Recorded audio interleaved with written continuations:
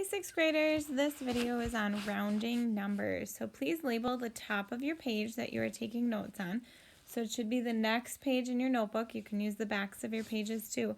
And write rounding numbers at the top of your page. The learning target is being able to round numbers to any given place value. And then this decimal place value chart is the exact same one that you taped into your notebook the other day in the last video that you watched. So just make sure you remember that you have that in your notebook or wherever it is so that you can go back and reference it as you are rounding numbers in this video and in tomorrow's classwork. Why do we round numbers? Well, rounding numbers makes it simpler and easier, especially when we have a lot of numbers or if we have big numbers or if we have numbers with decimals. Sometimes it's easier to just round to the whole number and then count from there, especially with money. Or like if you're going grocery shopping and you want to make sure that you have enough money, you kind of think ahead to what you're going to buy and what they cost and maybe round up to the nearest whole dollar and then count from there. Or if you're going out to eat at a restaurant off the menu, you think about, a cheeseburger is $7.89 and then the fries on the side are $3.20. And so you kind of round up or down to the nearest whole number so that you can kind of in your head calculate about how much you're going to spend. Or if you're planning a party with a bunch of people, you kind of round to how many people you think are going to be there. And then it helps make sure that you have enough supplies and everything for the party. There are times when you don't want to round, and we will be discussing that further into math class. So how do we round numbers?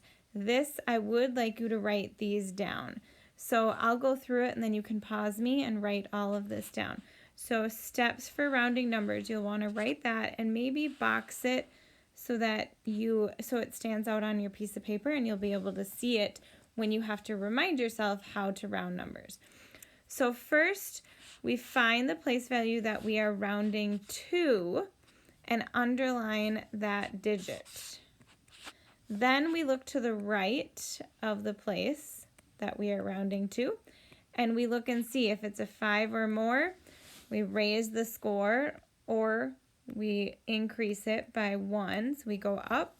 4 or less, let it rest, meaning if it's a 4 or less, then we just keep it the same so it stays the same. So maybe write a little note in there so you remember what that means. Then we change all the digits to the right of the rounded number into zeros. So again, pause me if you haven't written all this down. Copy it down and then unpause, and we will go through a bunch of examples so you can see what all this means. All right, we're going to do some of these examples together, not all of these. So I'm going to zoom in on some of them. First, we're going to round these numbers to the tens place. So we have 239 and 643 thousandths. We're going to the tens place, which is the 3 right here. So I underline the place that I'm rounding to. I go to the right one spot. I look at it. The 9 is greater than 5. So I go back to the number I'm rounding to, and the 9 tells me I have to increase that number by 1. So I keep everything in front of the number that I'm rounding to the same, so it would be a 2. The 9 tells me to bring the 3 up to a 4, and then everything after turns to 0. So basically all that turns to 0.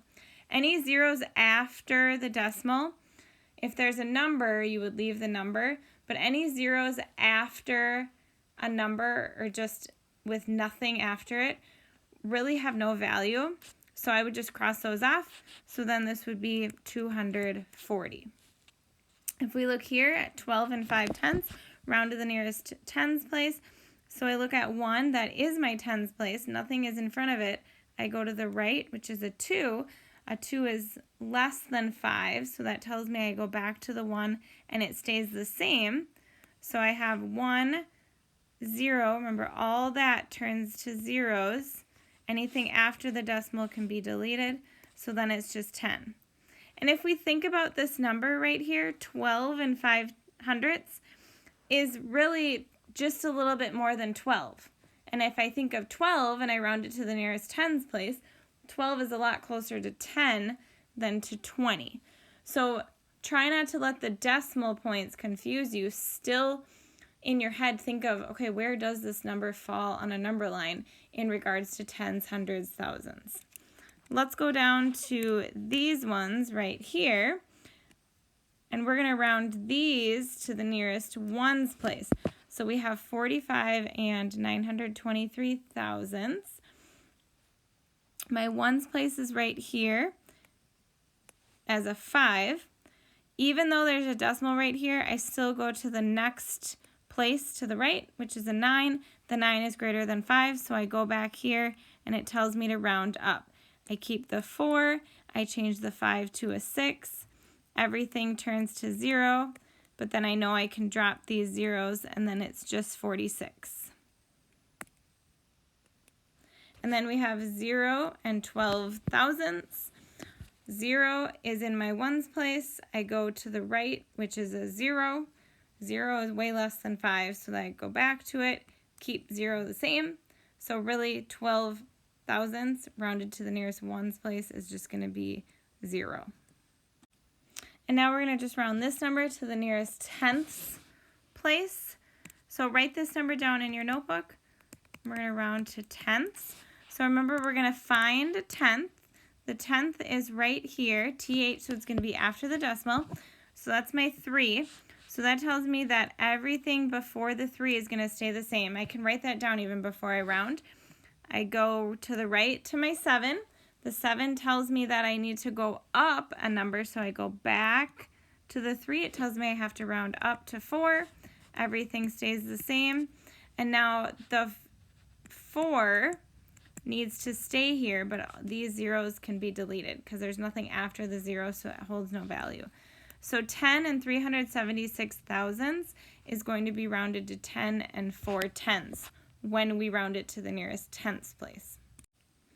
Okay, I would like you to pause the video, and I would want you to look at these two numbers, and I want you to round them. I want you to round this one to the hundredths place, this one to the thousandths place, and then come back and check your work. So we have 259 ten thousandths that we're rounding to the hundreds. The hundredths is right here as a 2.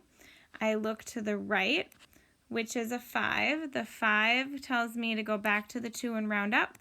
So we have 0.0300.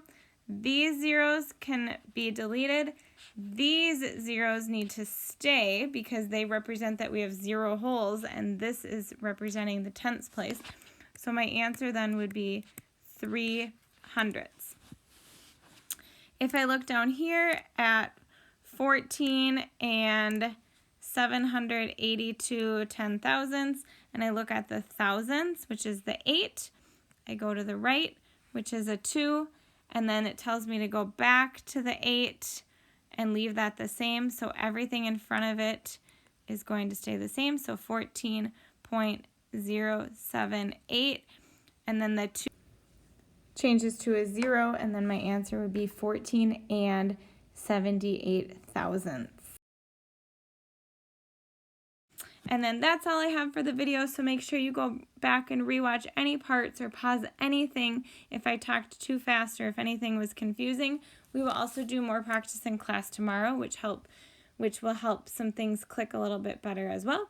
And then make sure you get your math notebook into your backpack so that you have it in school tomorrow. Thanks for watching. Have a great day.